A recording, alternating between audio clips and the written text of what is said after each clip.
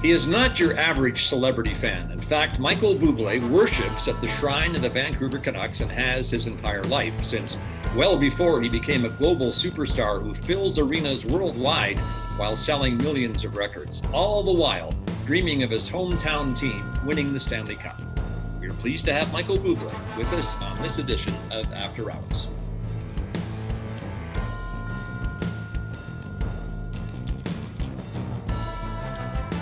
Michael Bublé is isolating at his home in Vancouver with his wife and children. Louie, once again, remains at loose ends at his home in Edmonton, where he surely is getting on the nerves of his wife, Cindy, but that's a show for another day. Michael, you look great in front of that princess castle in your daughter's bedroom. How's isolation going for you, your wife and children? Well, it's good. I've been banished. My wife is actually in the room next to me. She got the cool room. My son, Noah, and Eli share a Spider-Man themed, superhero themed room, and she's doing all her interviews. She has a movie on Netflix coming out in a week from now, and I've been banished to the princess room, where I am now in front of a pink castle, apparently.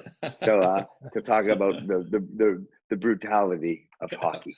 Well, before we start talking about the brutality of hockey, I think you summed it up nicely in collaboration with Ed Robertson and the Bare Naked Ladies, along with Sophia Reyes. Let's listen. I just want to see my friends. I want to walk the street again. But I gotta be patient. So let's enjoy this combination. I just want to feel your love, 'cause Instagram is not enough for me. Louie. How did You Gotta Be Patient come about? How did you guys collaborate this? Well, that's a great question, actually. There was a friend of mine named Caco in Argentina, and one morning about 9 weeks ago, he sent me a video of this group. I didn't know who they were. They were this group of cats on the rooftop of a kind of an apartment building in Spain. And it turned out it was a Catalan group called Stay Homes.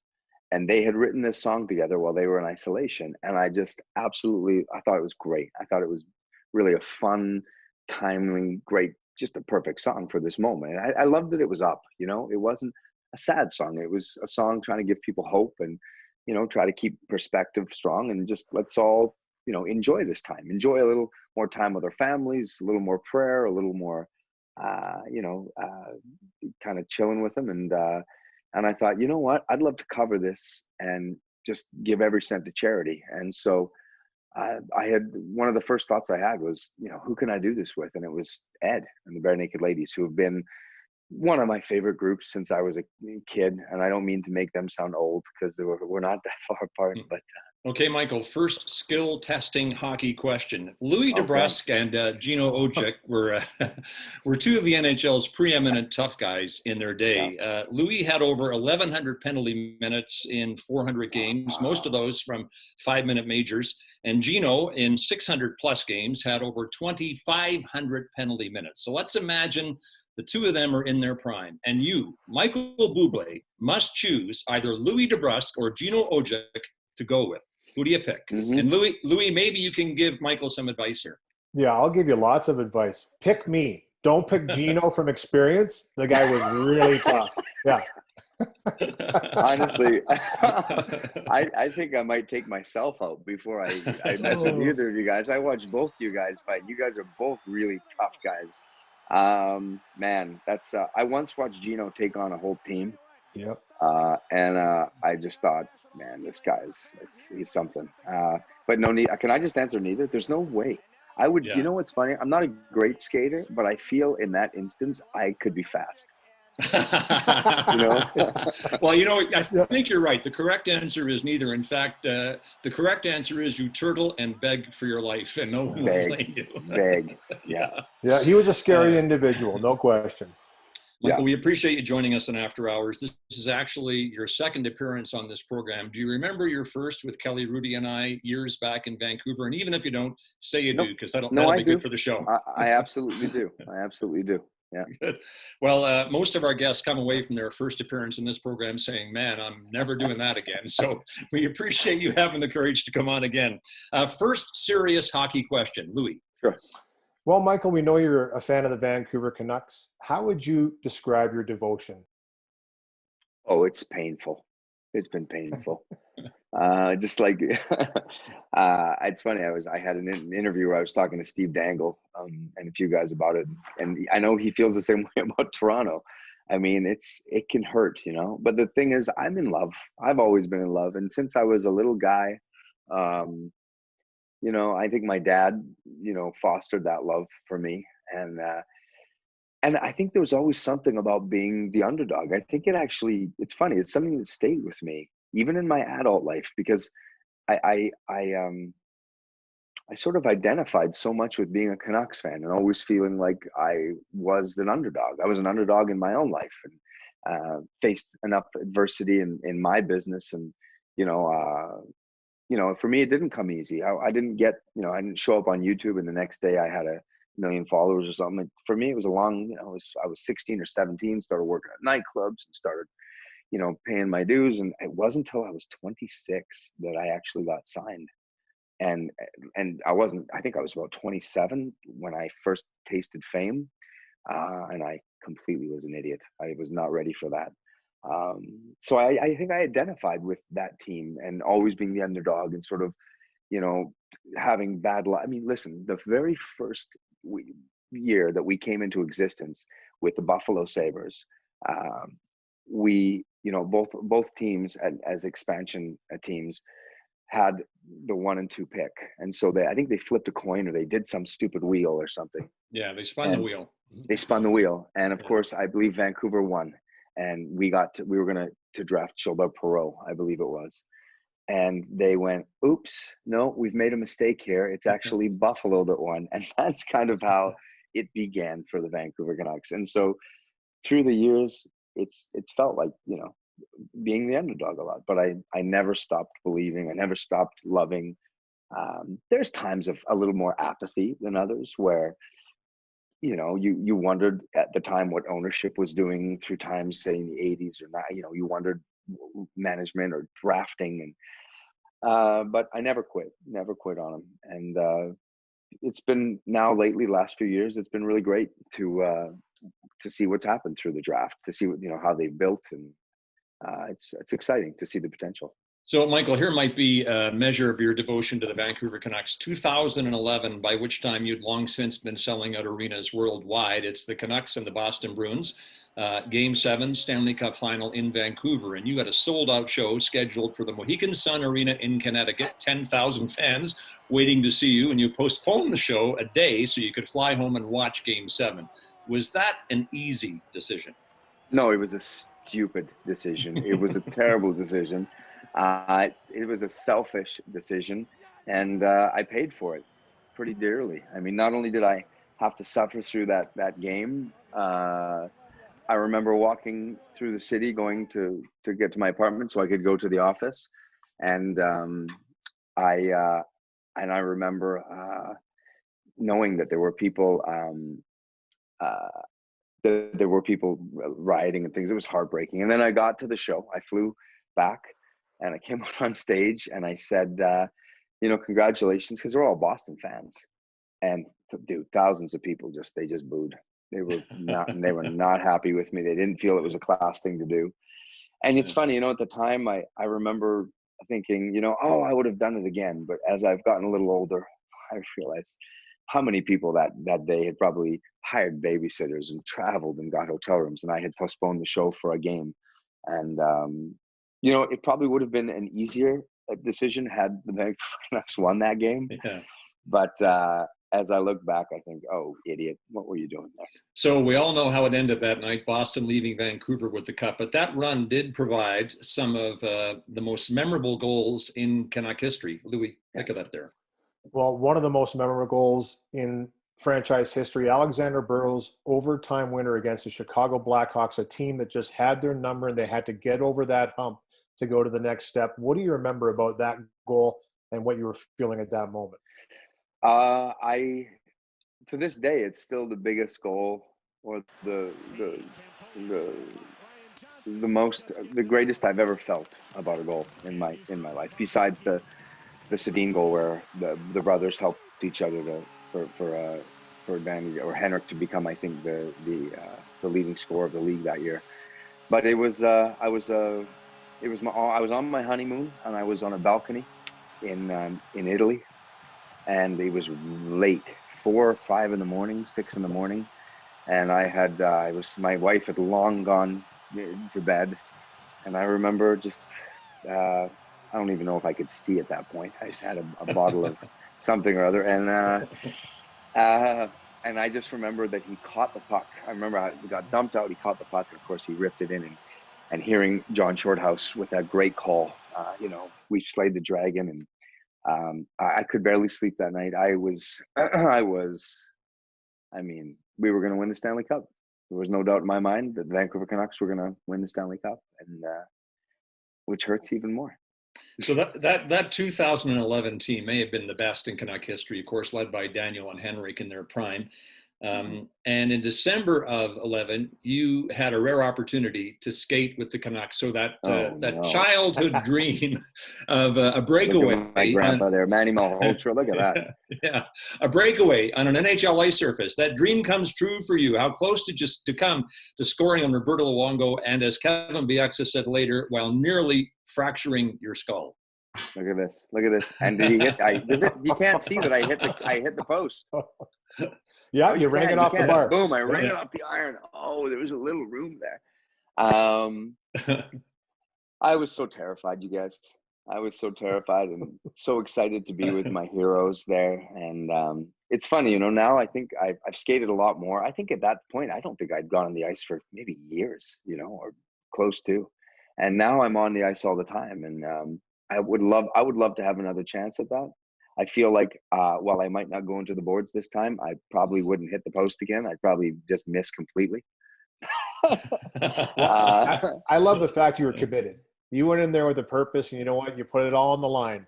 Instead of going in there with a cheat, you tried, and that's really you know what? Those guys, honestly, those guys like Burroughs, they were so good with me that day, and I think they could tell I was completely out of my element. I was, they knew that I was. That I had this profound respect and admiration for them, and they were just so beautiful with me. I remember just feeling, I remember I had wondered, what the Sedins would be like, what are they really like? Because, in this business, you see so many people where the public perception is one thing, and they play up to that, and then you meet them and you're terribly disappointed. And they were just so sweet, and just such lovely guys. And I think I loved them even more after that because of how good they were. And Kevin was just such a great dude too, and such a great sense of humor. It was big for me. It was really big. It's funny, on my wedding night here, we had sort of two weddings. We had one where we had whoever could make it to Argentina, where my wife's from, we had a big destination kind of wedding. And then for the people that couldn't come or didn't feel they could afford to come, I had a sort of a second ceremony here. And at that ceremony, it was a playoff game. I can't remember what game it was, but I know that at my wedding, I had Pat Quinn. At one point, I remember I looked over, I had screens all over the walls, and I had the game playing through the reception.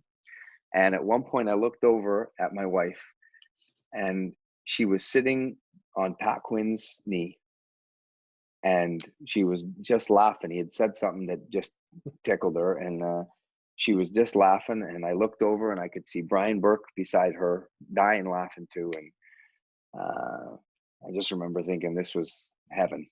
I was in heaven. So Noah is 6, daughter Vida is 21 months, and is it Eli or Elias? Elias is 4, and Vida is 1.5. Vida, okay. Vida, it's Spanish. In Spanish, it means life.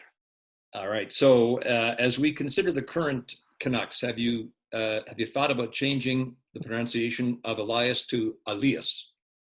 Well, it's funny you say that. That was my wife and I. We really like it. She calls him Elias. Oh, okay. Yeah, she calls him Elias. So I call him Eli, and it's cute too because when we watch the games, he'll always. It's funny, man. My kids are hilarious with it. Like my son Noah, all he can think about is Bo, and because he's Bo has been kind enough to come to the house. Bo came with me to their school, and actually, I said, Bo, would you? Not Bo, excuse me, Brock. I said, Brock, would you? I says, Brock, would you?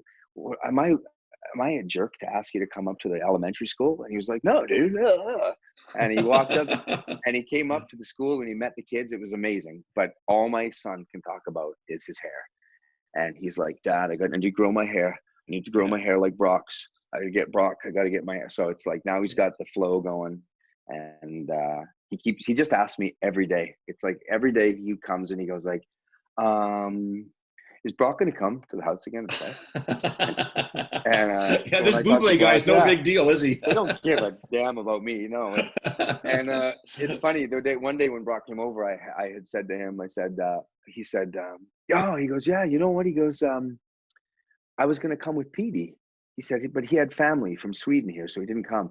Well, of course, my mind was blown. I just couldn't. I would have just sat in the corner, just going nuts.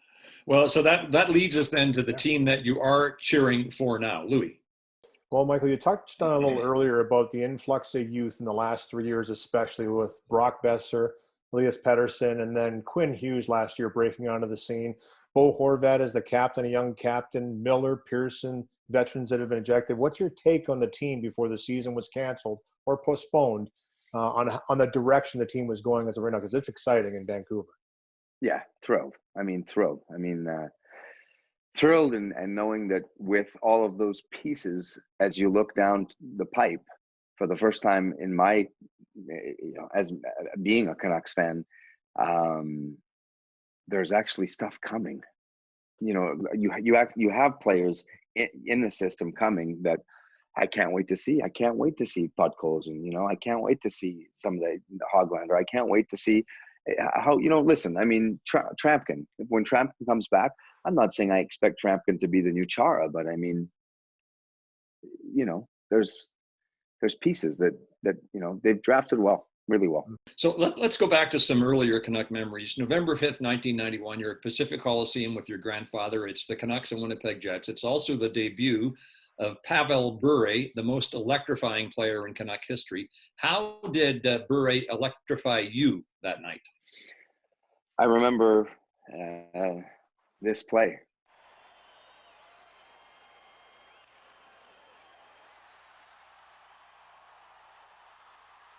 I was sitting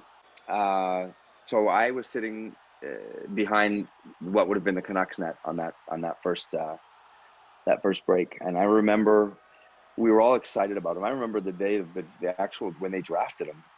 I was excited. I had heard about how fast this guy was, how amazing. Of course, there was no chance he was ever coming to the Vancouver Canucks. Pat Quinn was crazy to even waste a pick, and sure enough, they got him. And I remember sitting there that game, and I'll never forget it. I was a pretty young kid, but I remember that he started behind the net, and I remember sitting on my chair, and that I remember lifting up as he started to go and starting to almost like a jockey. And I remember looking over at the people beside me, and the whole place was doing the same thing. The whole place everyone had all gotten out of their chairs, and you could see everybody just going, holy, this is happening. And honestly, I get goosebumps when I talk about it, because it was instant. I don't know if I'll ever see that again. I've seen great shifts, and a kid comes out and Pettersson scores on his first, you say, wow, this guy's going to be good. But never anything like that. Never anything that electric, where you could see he was just so much faster. And what really tripped me out was how quick his hands were. So it wasn't just that he was moving at that speed. It was that his mind and his hands were, he could have had 3 or 4 goals that game. And I'll never forget it. I'll never forget it. So yeah, he became, I remember sitting listening to Jim Robson and Tom Larscheid on the radio, and and it was funny because you knew he was going to get a goal. At least one. Almost every game he was going to get. He's going to pot one of you. So you just waited for it, and Canucks would be down, 2-1 or something, and you'd know, okay, don't worry, Pavel's going to get one.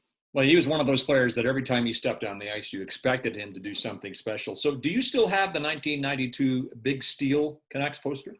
I do have the big steel post. There it is. Look at that. Yeah. Yeah, look at those guys. Gary Volk. Look at that.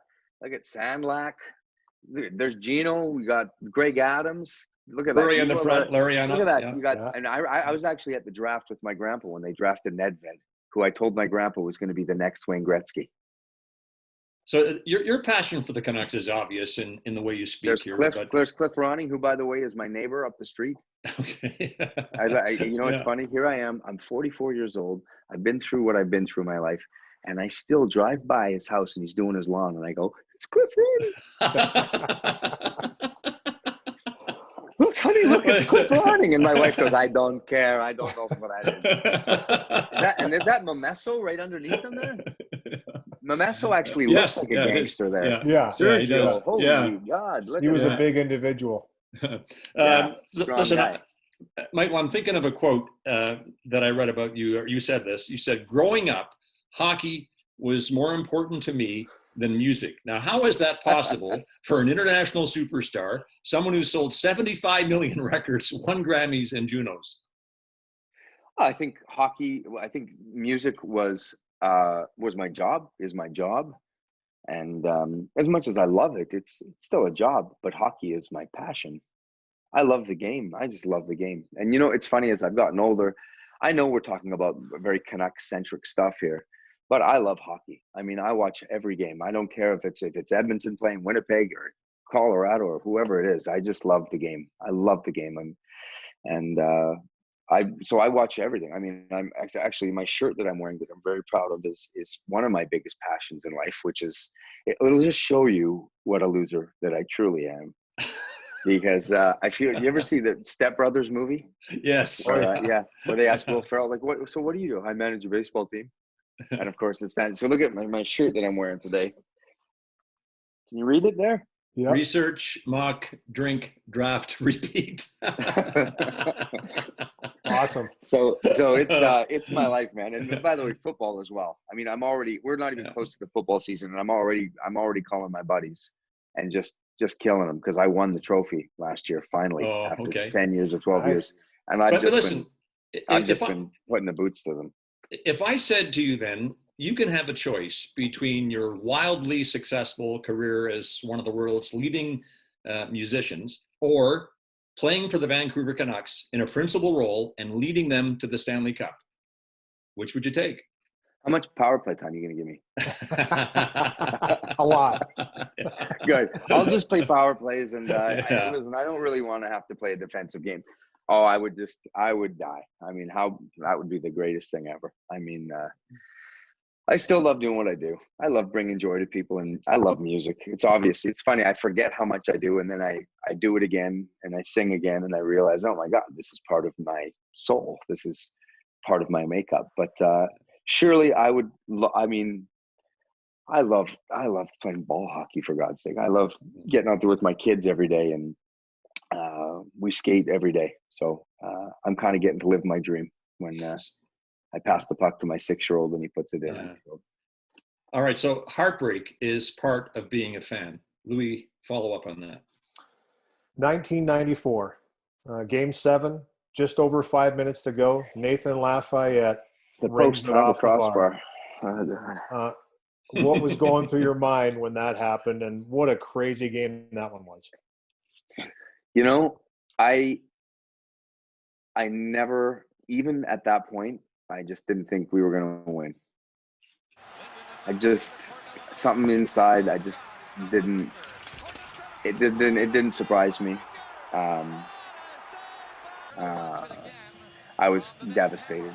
So 94 was the Canucks' second appearance in the Stanley Cup final. The first was 1982. You'd have been, if I've done the math right, about 6 then. 7, okay.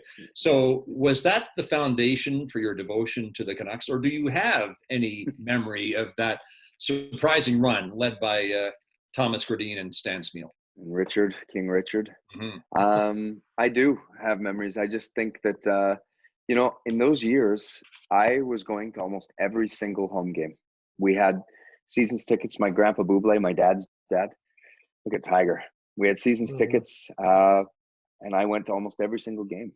And I remember walking through the P&E grounds and I miss my grandpa Bublé, who's my dad's dad, and he passed away years ago now. But is that even Ivan Older. Bolderev, sorry. And I remember just it's funny, those uniforms. I don't know that anything has such a visceral effect as those uniforms do on me. The second I see those, I am taken back to a feeling. The smells I smelled, the taste of the subs the Pacific Coliseum used to make. They used to make the best subs, these wrapped in this plastic wrap, and they were just a little bit warm and yummy. And I'd go with my dad or my grandpa every single game, or each one of my grandpas would take me. And it's really, there's a lot of nostalgia in it for me. I don't know why, I remember the face-offs, watching even them, get down in the circle and take face-offs. And it was a beautiful time in my life. And my dad used to play in a beer hockey league with the G&B Bricklayers, they were called. And he would go to the bar after the game, sometimes with his buddies. And many of the times those Canucks would be there.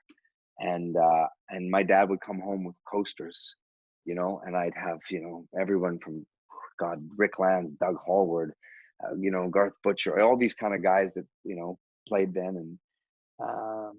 And when I played hockey, I wanted to be Thomas Gradin. That's who I was. Every guy would call out his number. I'm 99. I'm Wayne Gretzky, or I'm, I wanted to be 23. So. Those the V uniforms did not initially meet with great approval. I remember the legendary Jim Taylor, the columnist, when I think it was him who wrote, "What's up with those V's? They seem to suggest, hey, kick here." That's funny. Is that what you said? Yeah. Oh, I mentioned the Sedins, Bure, Gradin, Smeal. Where does Trevor Linden fit on your list of great Canucks? Oh, I mean, it's funny. When I thought about what, when people ask me who are your favorites, I don't have one. Because it's impossible for me not to mention Stan Smeal, who still is one of the greatest, one of the really the classiest, most wonderful gentlemen. He's a hero to me. From the way he plays to now the way he manages, and what a cool cat. And the Sedins, of course, who are just such beautiful individuals and citizens. But Trevor, of course, I mean, I mean, it meant a lot for me to get to know Trevor. I don't know if you guys know, but I was inducted in the Canadian Hall of Fame, and when they'd asked who I wanted to induct me, that was who I asked for, and he came and he did it, and it meant a lot to me. All right, couple of quick questions before we totally exhaust your patience. True or false? Your rider says you must be presented with a puck from a local hockey team in every city in which you perform. That is true. That's it. So how does that work if you're in Cape Town or someplace like that? They have hockey teams. Yeah. I have a massive wall of pucks, and they're from, it's crazy. So Africa has it. I mean, I have little places in England, all over England, France. I mean, Asia. It's funny, man. They'll send them. Much better than having like a certain amount of colored M&Ms, Okay, it's May. Does the basement rink in your home still have ice? It does. And I'll be going down there right after this to take my boys. Wow. So has the NHL spoken to you about the Bublé home being maybe a hub city for I think 12 teams? It's too small. It's too small of a rink, but boy, would that be fun. I've offered up the rink to some of the guys. I was going to say, they might be knocking on your door. I have. I said, hey, come on, come practice, come by. All right. Finally, you had a big birthday week. Lou, your beautiful wife, had hers on Monday, and the following day, you bought the front page of every paper in the Post chain in Canada to celebrate this guy's 75th. Who is he, and why would you do that? His name is Bruce Allen. He's been a music manager in this business for 40 some odd years. He started, his first band was Bachman Turner Overdrive. He drove in a van with them across the country touring. He went on to discover and take under his wing artists like Bryan Adams, Anne Murray, Jan Arden, Okay, actually, one more question. If Sure. the season resumes and your dream comes true, the Canucks win the Stanley Cup, and you know the cup is secure, say, the final minute of the game, give us the Bublé call of the last 10 seconds of that game as the Canucks are about to clinch the cup. You know what? It's gonna sound cheap, but it's not. I witnessed what I think is one of the greatest calls in hockey and in my life of watching hockey. And it was the very last game of the Sedins. And I watched John Shorthouse completely go silent and allow the crowd in the moment to speak for what was happening. And honestly, I thought it was one of the most it was just the most beautiful, thoughtful call that I've ever heard. And it's funny, he didn't say anything, but I thought that there could be nothing more appropriate than letting the fans and the players sort of paint the picture. And so that's what I would hope to be 1/1000th the play-by-play guy that Shorty is, and I would hope that I could have the control that he did to just be quiet and to let the people and the moment come to life. So it's 10 seconds of silence then. 10 seconds of silence. Perfect. More is less. Michael, thanks ever so much for joining us. We really appreciate your time, and we can't wait for your third appearance on After Hours. Thanks, Louie. Thanks, Scott. It was really nice. If you couldn't tell, I absolutely love hanging with you guys, and thank you for honoring me, letting me come and do this. Thanks, Thanks Michael. again. Take care, guys. Thank you all for watching on YouTube, Facebook, and sportsnet.ca. Join us every Sunday at 9 a.m. ET. Be safe. See you next time.